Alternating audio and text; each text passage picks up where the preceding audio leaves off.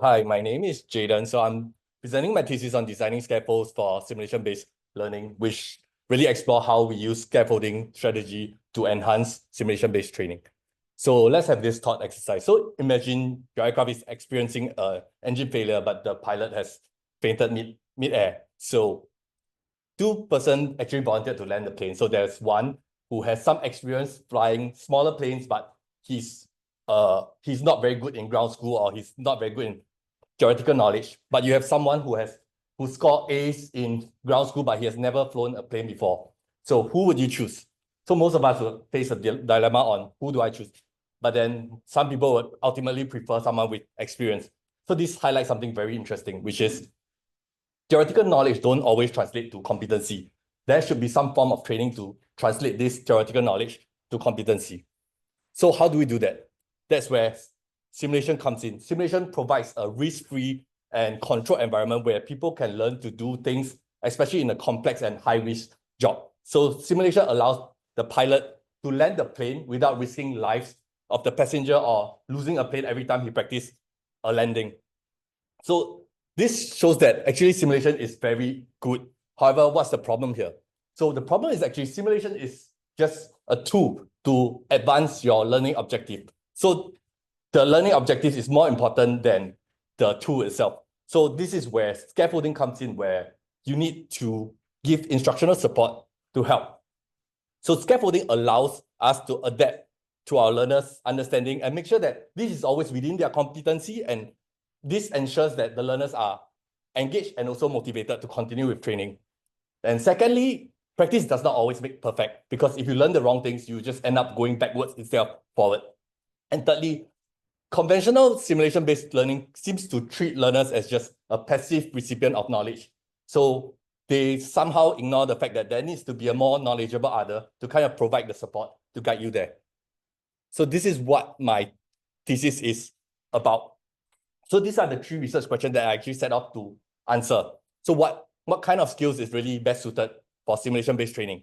And then how do we use such strategy to enhance learning outcome? And then what has modern technology been useful? Has it been useful or not useful in providing such support? So this is how I did. So I searched through databases. In the end, I only identified 17 studies. I identified learning skills to be enhanced, and then what are the scaffolding provided, and then how are they effective? So these are the findings. So what are the primary skills targeted?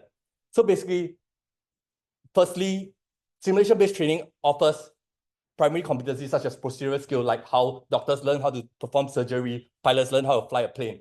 And associated skills include how they interact with one another, such as teamwork and also collaborative skill. And then it also provides things like confidence, because after you do something for very long, you gain confidence. And not just that. Secondly, simulation also does something very important. It helps prepare learners for future learning. So it helps people learn how they learn and learn how to structure future learning, such as problem-solving ability strategies. So next, I'll move on to what kind of strategies are provided. So metacognitive prompting, something like, why do you take this decision? Why do you do certain things? Help develop cognitive skills. So it helps the learner think about strategy and think about things conceptually instead of focusing on the task itself. So this is helpful for self-regulation. Secondly, adaptive feedback helps correct the learner on the spot. So this is very important for things that require accuracy, such as procedural and technical skill. But then it doesn't really do well for future learning. Next is reflection and debriefing. One very interesting thing that I found in my research is that actually reflection, you need to have certain prior knowledge in order to reflect. Because if you don't even know what is supposed to be done, you wouldn't reflect correctly.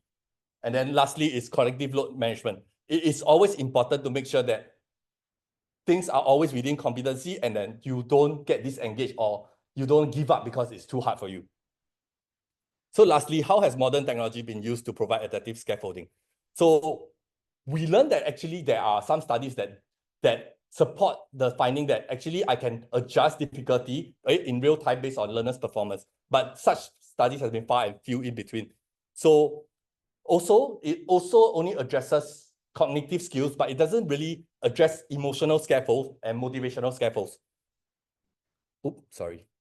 So following all my findings, these are my recommendations. So to start for simulation-based learning, you need to have a certain baseline. So what is important is you need to make sure that load is low, and then you need to correct them and be very helpful to them at the start so that they build a certain level of learning, a certain level of knowledge before you can go into reflection and strategy development. That's where meta-cognitive prompts come in, and then you give them adaptive feedback and kind of try to get them to go on their own. So after that, you will just introduce like independent problem solving and let them monitor their own progress.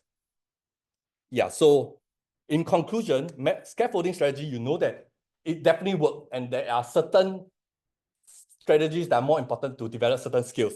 But then more research is required because tasks are complex, learners are complex. We cannot have a one solution fit all. Therefore, there are more research that are required.